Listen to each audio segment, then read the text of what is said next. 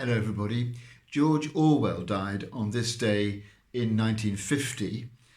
Someone who we know from his books was deeply involved in politics, but he also had a deep interest in gardening.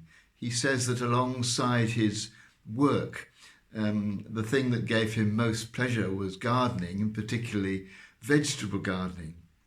And he owned a cottage in Hertfordshire and later a farm in Jura in Scotland, where he used to enjoy getting his hands into the soil, so to speak. And one of the plants that he used to enjoy planting, particularly in his cottage in Hertfordshire, were roses.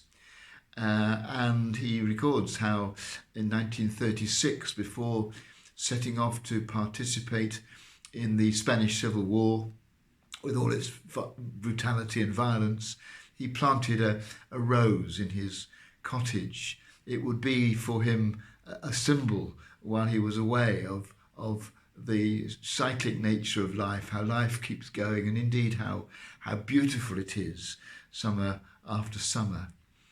I think roses give enormous pleasure to lots of people.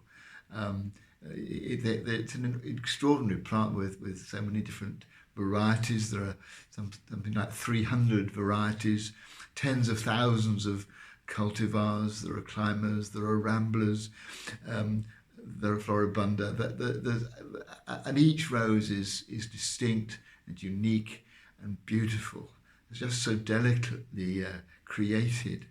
And it's not just roses, is it? I think lots of plants, lots of flowers, indeed lots of aspects of nature can restore us and give us a sense of hope and confidence while terrible things are going on in the world.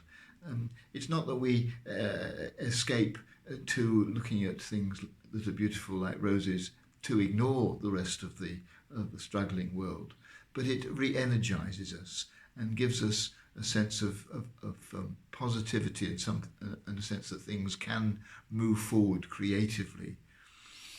Indeed, I think it makes us who we are. There's a nice legend in the Golden Ass, a Latin book by Apuleius going back centuries. The legend is that Lucius has been turned into a foal, and the god Venus tells him that if he eats roses, he will find his humanity again. I'm not recommending today we eat roses, but I do think roses, along with all the other beautiful things in the world around us, if we allow ourselves to focus on them and enjoy them, can restore our humanity in times when human beings seem to be treating each other so harshly so often.